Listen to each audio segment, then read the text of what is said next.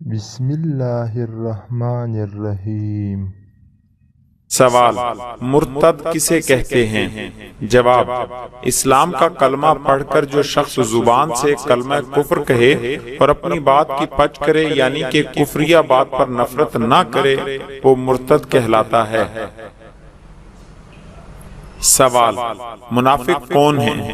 جواب: جو لوگ زبان سے اسلام کا کلمہ پڑھتے ہیں، اپنے آپ کو مسلمان کہتے ہیں لیکن دل میں اس سے انکار کرتے ہیں، وہ منافق کہلاتے ہیں۔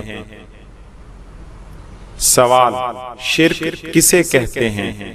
جواب: جو لوگ خدا کے سوا کسی اور کو پوجتے یا خدا کے سوا کسی دوسرے کو بندگی کے قابل سمجھتے ہیں، خدا کی خدائی میں کسی کو اس کا شریک ٹھہراتے ہیں، وہ مشرک ہیں۔